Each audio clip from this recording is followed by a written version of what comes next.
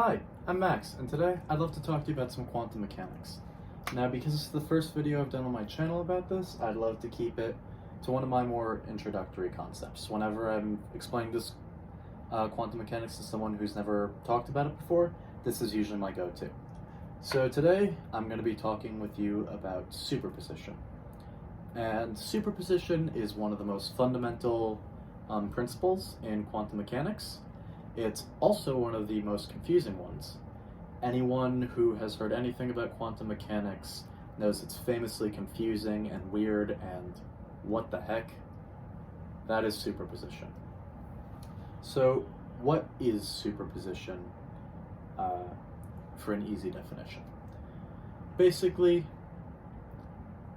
two opposing things can be true at the same time. Allow me to explain this with an easy example. I've got a coin right here. If I flip it up in the air, it'll land on heads or it'll land on tails. But until I open up my hand and take a look, it could be either one, and I have no way of knowing. What superposition says is that until I open it and I confirm whether it's heads, whether it's tails, it's both heads and tails at the same time. So how can that be? Well, I know it's either heads or tails. There's a 50-50 of each, but either way, it's going to be one of the two. Because I have no way of knowing, I do know it's one of the two, and I know it's also not one of the two. But because I do know it has to be one of the two, and I have absolutely no way of knowing which one it is both of the two until I can confirm it. So that's an easy example with a physical object. Let's make this a little more in the spirit. The classic example everybody uses for superposition is called Schrodinger's cat. It basically says that if you take a cat and you put it in a box alongside a bomb with a 50-50 chance of going off, and there's no way of knowing, in 10 minutes. You put the cat in there for 15 minutes, so if the bomb is supposed to go off, it will have gone off in that time, because it's 50-50 in 10 minutes. After you come back in that 15 minutes, assuming you've got a magical blast-proof box that wouldn't tell you from the outside, you'll come back to that box, you'll get there, and as you open it up, you'll expect to find the cat either alive or dead, because the bomb will either have exploded or not exploded.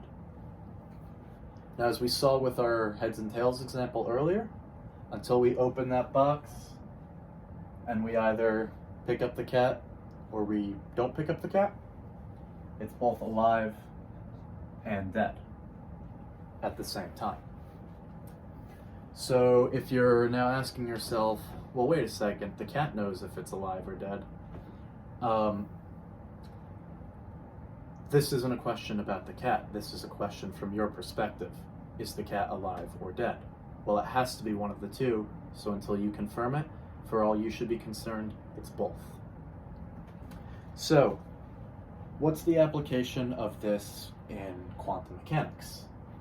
So, you see under each column, I now have up and down.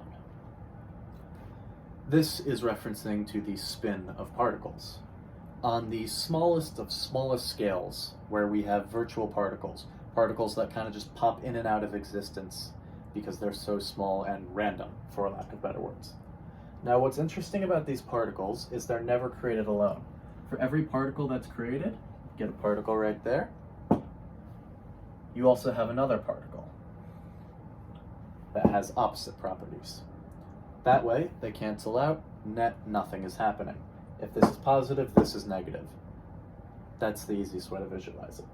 Now, up and down, what do those have to do? As I said earlier, it's the spin.